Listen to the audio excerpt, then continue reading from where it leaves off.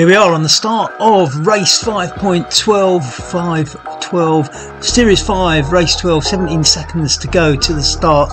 West London VR, this is the 12th of 13 races, so a lot to ride for here, and we shall see how this pans out. Wouter Clay is very much in command of this series at the moment, as we have 3 seconds to go, and it's going to be a fast and frenetic start, and they are off. Zooming out the front is Rocket Roy. Roy Neild, absolutely steaming away out the front there. Now the idea is, if you can get a good start here, you can leave a lot of people back on the starting line. You don't quite get that start, but what happens, it starts to regroup as people just get on, and that first group will be formed.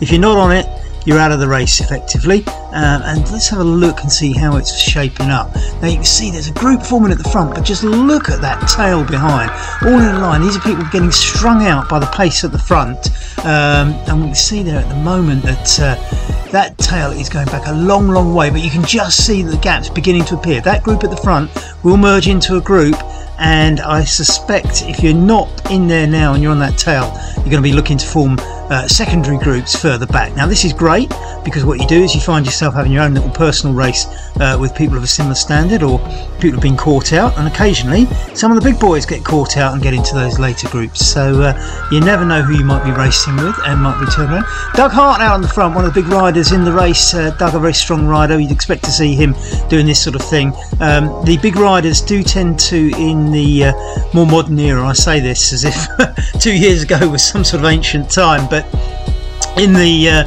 current thinking, the top riders like to push out at the front to create some sort of pressure on people and see them drop off the back. And you can see there, look, people dropping off the back. There's probably 3 riders in view. One is just about to keep on the group, as we can see, but the other 2, 3 behind have now lost that group and probably won't get back onto it. So the group just thins and thins and thins by these top riders putting on immense pressure at the front. In the old days, from a few years back, 2 or 3 years ago, we would find that this bunch would sort of stay together and there would be a sprint finish. But some of the great sprinters, Ned Bowen for example, did really well under that, because they could just stay in the group undetected and then just time their sprint perfectly. I say just time their sprint perfectly as if it's some sort of easy thing to do. Ned was absolute genius at it, and probably still is. But I think to avoid Ned winning every race, as he did once, he's a former champion of these series, they have taken the tactic of thinning it out and just trying to drop some of the sprinters, and consequently Ned hasn't had the best season so far in this Series 5, the summer series of 2022. So Wouter Clay is very much in control of this series, and we expect him to win it based on what's going on at the moment. Can't quite see him in the pack there, so I'm not sure where he is. See Jan Vanner with the Belgian flag in there. I haven't seen Ned, but I'm sure he's in there somewhere, because that's Ned for you. Looking further back, these are some of the back groups. I see Tim Cook in there. Actually, sorry, this is the back of the front group, shall we say. Now we're going back. As you can see, lad from Canada, they're out solo. You don't really want to do this solo if you can help it, and there's 2 riders behind him, and ideally, what you would do in these situations is actually try and let the 2 guys behind catch up and work as a 3, which will often give you a better result than trying to do it all on your own. But of course, on the other hand, we might have a situation where he's moving away from them on purpose. And you can see here, Niccolo Martinoli, he's going very slow, and that's unlike him. He's just been overtaken by Gautam Thakkar and Tim Cummings, Nisbet as well. That's something wrong, because Nicolo's a faster rider than that, I can tell you. So I'm not sure what's happened to him. Bill Sullivan in the red just on the left there, leading this group. Great to see Katie Dunscombe in there from Watford. Look, Nicolo's overtaken again by another group. There is a problem there. I'm not sure, he might just be filming. That might just be a bot, because I know Niccolo does like to film them and screen them in Italy, so maybe he's filming the race rather than actually riding it, and hence getting overtaken. Usually he'll put in 2 bots, but maybe that's just filming. Kate Dunscombe in that group from Watford, rides with the British Army as well. Great to see her in there, a strong rider, and she's just healing up from a crash the other day, which I think I mentioned in the last race, where she rode bandaged up, if I recall correctly. Steve Mannell there, running his first ever race. Good luck to him. Let's see who we've got here. Now, Danielle Gaunt there, who is in a podium position potentially in this series in the Ladies League. So look out for Danielle there, D Gaunt, you'll see. Karen Bailey, nice to see her back in there, British rider in Moonriders kit, I think. So great to see two ladies there in this little group. And, three actually. We've got Maria Witzke from Puerto Rico in there, so fantastic, three ladies in this little group, and hopefully they'll all work together and we can enjoy a sprint finish near the end. We'll see how this one plays out. Karen Bailey just taking the front there at the moment, and Danielle sort of in the middle of things. Maria I think they're taking turns on the front by the looks of things. Yoho is Maria's partner, by the way, not a young man, so he does very, really well. Moving back a bit, here we have Robert Gilmore and Jessica Wright. Jessica very sensibly sitting on his wheel there and making the most of the draft. Lau Mai there. Lisa Snell back in 79th. And Lecky just behind Lisa. And Lisa will just enjoy the ride, I think. And that's how we film that. That's the bot. So back to Lecky, and we'll move up the field and take a little look at what's happening up the front. Andrzej Krzyzewski up in this little group of four here at the front now. Carl Girdle is in the front place. Dee Barnes and Ned Bowen's up there in fifth in this group. Mark Rowbottom, I see there. Carl Dickerson from New Zealand. Akulu from Wales. Nick Greenhalgh from London, Kurt Pedersen, the Dane. Ellen Lockett in the group in 12th position. Great to see Ellen in there. She may well win the Ladies League this year. A good position for her today. If she's the first lady home, will almost certainly seal the Ladies League for Ellen. So well done in her first season in Ladies League. Great racing. Actually, I think she might have raced a couple in the last series, thinking about it. But certainly an attempt at the title, and I think she's going to get it. Kurt Pedersen in that group. Johan Olofsson is pulling away here with Carl Girdle. This little group of three are getting away, and James Melville in there. Now James Melville's notorious for hitting off the front, but he often does it solo, and he's got the advantage of two great wheels to follow here with Johan and Kyle. Now these are strong riders. Johan, like James Melville, is known for going off the front. Kyle is a more recent addition to these series. He's been racing with NZ Bro, so I assume, despite the Norwegian flag, that he lives in New Zealand, as does Johan Olofsson, who's Team SANS, which stands for South Africa New Zealand, so it's for South Africans based in New Zealand. Now we're just coming up to about 6k in. This gap is quite big. I don't know whether they can hold that or not, but it's looking quite good. I'll see. We'll see how that one goes. I mean, it's a bit early in the race to sort of be pulling away like that. Jan Vanner from Belgium leading the charge there in front of this little group, and I think it's probably likely to come back together again. James Melville's been caught. Yes, all three of them been caught, so that little breakaway didn't quite stick. A bit early in the race for me, but again, you see how it strings out that group, and there'll be a couple of people on the back who don't quite hold the pace. It looks like the group's split into two, but I've got a feeling the second group is big enough to get back on. So let's remind ourselves where we are. Wouter Clays in the general classification on your left is leading it. He's quite clear of Ned Bowen and James Melville, who we just saw. Tom Gates, who you'll see sitting upright in red, and Nick Greenhalgh really in with a chance here. Johan Olofsson, we've just seen on the front there as well. So that's who the leading players are, if you want to look out for them. We see Mark Rowbottom, who we just mentioned there in fourth place, just coming round, taking up a position on the front from Doug Hart. Doug Hart is a strong rider, hasn't not quite featuring in the top because he hasn't done enough races, but don't underestimate Doug. He's a top rider in this as well. See John Sammett's in there in fifth place for Poker Motion. Great to see you back, John, from the Midlands in England. And Francisco Zapota, I see, is in this group as well. Nick Greenhalgh from Ealing, West London, also in there riding for Ratio Racing. with their distinctive kit. Although I can't see one to point one out. There we are. On the right there's 2 Ratio Racing. You can see the orange and black kits. 3 now. So Ratio Racing coming in right on cue. Now there's a little breakaway at the front. Andrew Beale from Westerly on the front. Andrew's having a great season at the moment. He's in the form of his life, if you ask me, which is terrific for him. Lovely lad. He's down in Ealing in West London. But we can't. Carl Girdle and Mark Rowbottom now taking turns on the front. It's as I say, Carl does like to do this. He's relatively new to the series, to the West London VR in this series, I would say, but he's shown some terrific breakaways. So we go past the halfway point. The group has thinned a little bit, but it's still quite large, and this is great. If you can sit in this and keep on the draft, you're in a very good place here. So there'll be riders now. Very pleased with himself. Roy Neal in there. I see Roy the Rocket as he is. Jan Linden is another name. Stuart Thorne in there. Fantastic for Stu. A friend of mine from Chalfont St Peter rides with West London and comes out on our club rides and rides for us in our TTs, and wearing the Westerly kit there, West London kit, just in the front there next to the Westerly kit, which is probably Andrew Beale, I would guess. Tim Cummins not in that group, I'm not sure. I would expect Tim Cummins of Westerly to be in there as well.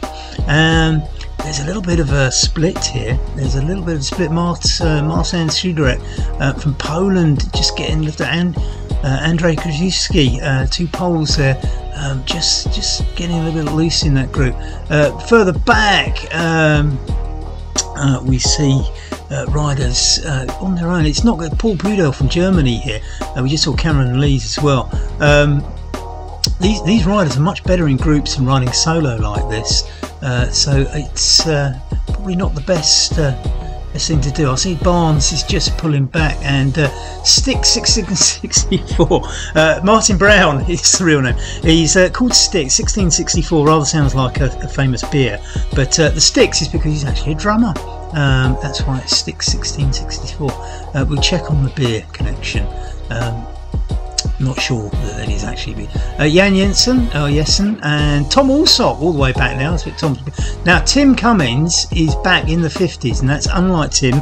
He's having a great season, Westerly rider. He's probably, there's something gone wrong if he's back there. We've got Taylor Nesbitt as well, Andrew Sutherland, Bill Sullivan behind him, and these riders, as I say, would probably do a Gerton Thacker. The little group of 4 here, almost riding in a time trial formation. If you're in 4th position like Gotham is, you're probably in a great position because you're getting the benefit of the draft. But they would be better riding in a bunch and getting the mutual benefit rather than racing each other this early.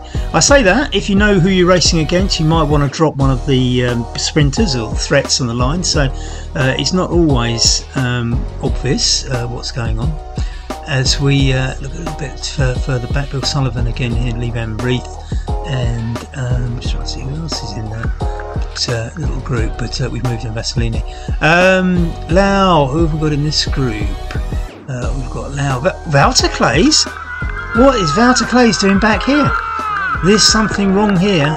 Wouter Clays in... Now, there are going to be 66 riders who will be all over social media after this because they've got a good chance of beating Wouter Clays, the great Wouter Clays. There is something has gone wrong here. This is wrong. He's with, I see he's with Maria Litsky there. He's obviously had a bad start and caught this group because he wasn't in this group with these people when we looked before. So something's gone wrong at the beginning, I think, and he's in catch-up mode. And I haven't run. There's Jessica at the back there. Now behind Jessica. Well, as I say, I'm speechless because if this stands, this could throw the series up in the air. We were convinced that Wouter Clays was going to win this series. See now, Mai is just overtaking. Taking Jessica Wright there. Jessica Wright having quite a good race actually. Bit caught out there. Would have been better if Jessica got on the wheel there. But going back to Wouter Clays back in 66th, this could throw the series wide open. This looked like if you'd had your money on Wouter. Lisa Snell there, just at the back. Lisa enjoying the ride as well. She's down in Greenford in West London. we go back to the front of the race, Johan Olofsson from South Africa and New Zealand. Now, with Wouter Kleijs not in this group, I don't know how many people have worked out that he's not in this group, but this is a great opportunity. And actually, while we've been away, it looks as though Johan Olofsson and Carl Girdle have pulled out a massive gap of nearly 150 metres on everybody else. This is absolutely phenomenal. You can see the group just about in the distance, but you can hardly see them. We look back to the second group. Who's going to lead the charge back here? Doug Hart on the front, Miles Askew I see there, Kurt Pedersen, Roy the Rocket Neal. There's some top riders in here. If they work together, they ought to be able to pull these two back. With 4 kilometres to go, there must be plenty of time for a group like this to work hard together and pull these two back. So we shouldn't get too excited, but that gap is getting bigger. It's nearly 160 metres now. They need to do something. They can't let this keep going on. We're down to under 4 kilometres now, and the gap is getting bigger. It's nearly 180 metres now. The group is not working together hard enough to pull back the breakaway. Nick Greenhouse in there as well. There's a lot of people with a vested interest here. Now, Johan Olofsson, we were looking at the table a little while ago. He's probably down, you know, he's probably outside the big four, so the top four, sorry. So he's not really going to threaten for the series. Tim Cook just being caught by the group there. He must have been with them in the break and got dropped. But I say Johan Olofsson and Carl Girdle are not in contention for the series. Johan probably just had a little bits of bad luck here and there. But try and have a look at this gap. You can't even look at that aerial view. You cannot even see the riders ahead from that group. And we are on a bend, but so maybe on a straight road we get a better view. But looking up that straight road, you can't see the breakaway riders. So this gap is phenomenal. So we'll have to see what the group wants to do about this. Reminding ourselves though that of course Johan Olofsson is not actually right at the top of the general classification, as you can see from that table, with 6th place, 795 points to Wouter Kleijs 980 and Ned Bowen's 952. So I don't think the big players going for the general classification are going to mind too much with Johan Olofsson getting away up the front. And of course Carl Girdle is not in the top 10 at all because he hasn't done enough races basically, but he is a phenomenal rider. So these two might just be in a position where the main group let them get away. Miles Askew in 3rd place, quite a way behind now. This gap is right out to nearly 200 metres. This is a phenomenal breakaway, one of probably the best we've ever seen from two riders. We've certainly seen some great breakaways nearer the finish from certain riders, but from 4 kilometres these two have absolutely pushed it. Now Carl Girdle has been phenomenal in some of his he runs out on the front and bursting out off the front in recent races. James Melville giving it a push. He wants to chase. James Melville's instinct is always to push off the front like this. So going back to Carl Girdle, he's done a lot of this and he's been very, very strong lately. Johan Olofsson does it throughout the race typically, and I wonder which one of the two of them has got the strength left, because this is probably going to go down to a sprint finish right at the end between Johan and Carl. It's going to be very interesting to see what happens. Look at the two of them there. I think they're working together, to be honest. I mean, I think I look more often to see Carl on the front than Johan, as Johan just pushes to the front. Well, it looks like he's pushing to the front. Anyway, yeah, he has. He's just taking a little turn on the front. So it looks like they're working together, but I'm not sure who's going to win the sprint. I mean, but they're both riders who I would look at and say are very, very good at breaking out and time trialling on their own at the front. Quite where they stand in the sprinter rankings, I don't know. 225 metres plus is the gap. There's only 1.3 kilometres to go. They are not going to be caught. They are not going to be caught. So this is going to come down to a two-man sprint at the front, and then a bunch sprint for the next group. And the next group, the places are going to be very, very important now, because Wouter Kleijs, if he's still back in the 50s and 60s of this race, then there are big gains to be had from the other riders. They've just the front two just gone past the 1 kilometre to go Flamme Rouge there, and this is I couldn't have scripted this one better, could I? We've got a great breakaway, but actually the second group is going to be the interesting one, because where everybody finishes is going to be so important to the overall classification, with Wouter Claes having problems. Not sure what's happened to Wouter, but we'll have to find out. But something has clearly gone wrong, some sort of mechanical, because Wouter will just not be that far back. And as I say, I'm sure there'll be some people on social media tomorrow who are absolutely thrilled that they've finally beaten the great man.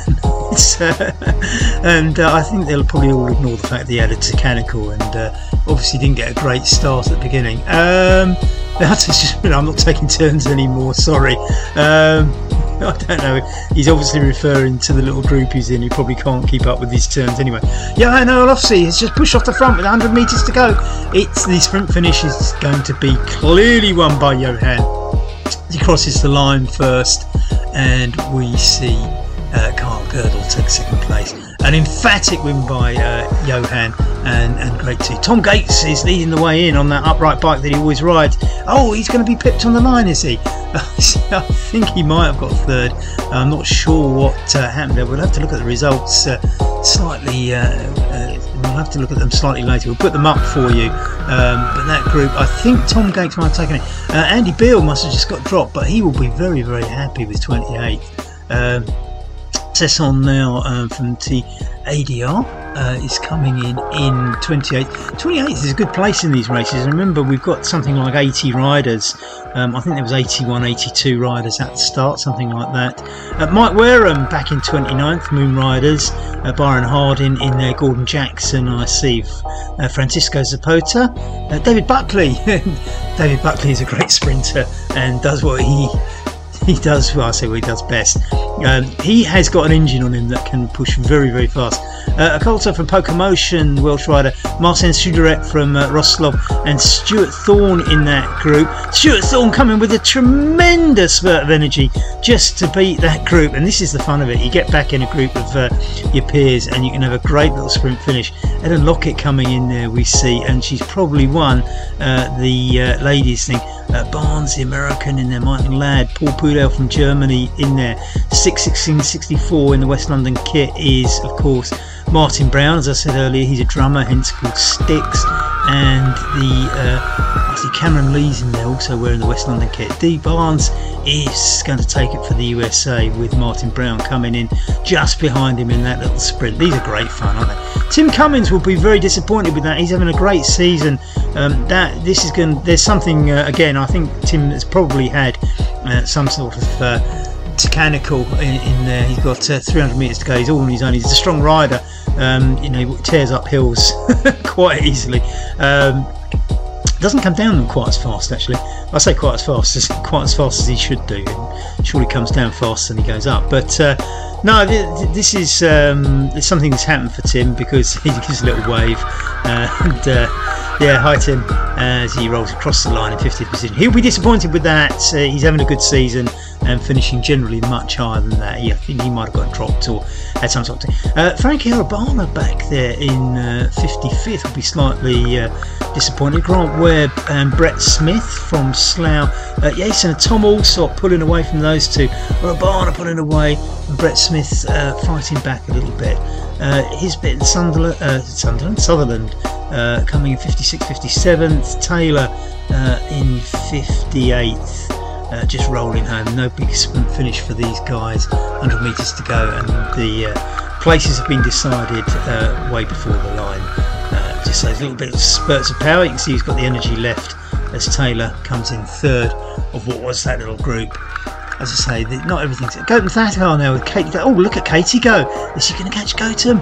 And don't live far from each other. Oh, Kate is... I'm not sure whether she took that or she didn't, actually, because I think by the time she got round him, might have crossed the line. And Lee Van Riet, the Belgian, is probably Lee Van Riet, actually, isn't it? He's going to get pipped. McKinley, he's going to get pipped by both of them. The German and the Brit going around him. Or maybe not, he's fighting back, and he's going to take second in that little sprint. So every little sprint's fun, and you know you're racing against people probably of your standard. Bill Sullivan in 64th, all on his own. He's going to be sprinting against nobody by the looks of things.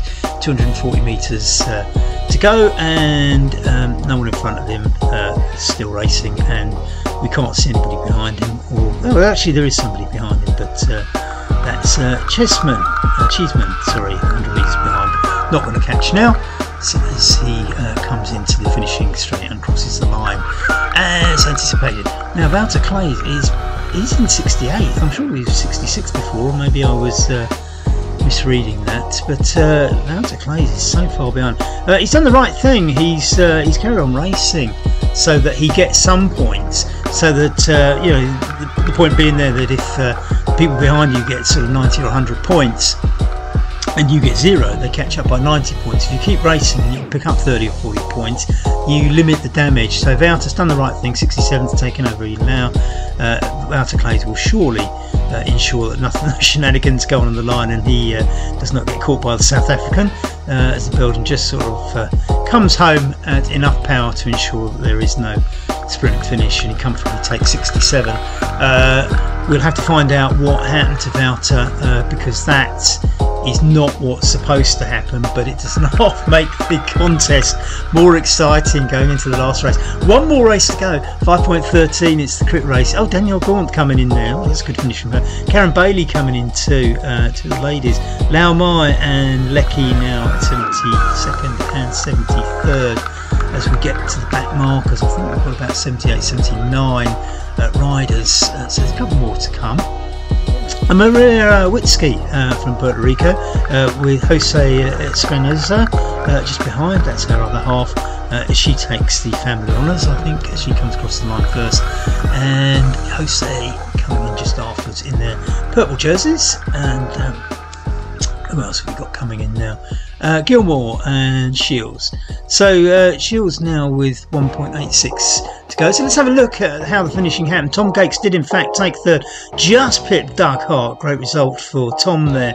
James Melville, Ned Bowen in 6th. Ned does like a sprint, so these are the people who are going to be catching up with Wouter, and we're going to have a look at what the table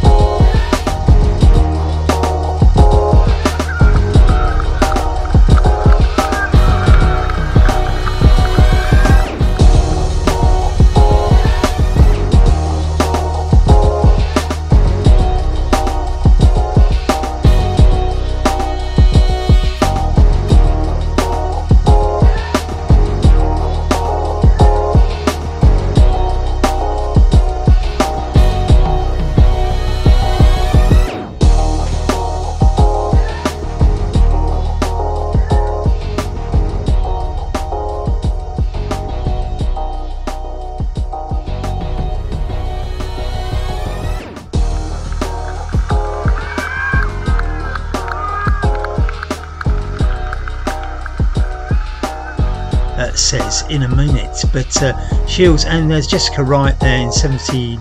She was higher up earlier. Something's happened there, and we'll have to find out what happened there, because I think Jessica was having a better ride than that. So let's have a look at the general classification. Oh my goodness, look at this. Ned Bowen has taken the lead, I think, for the first time in this series.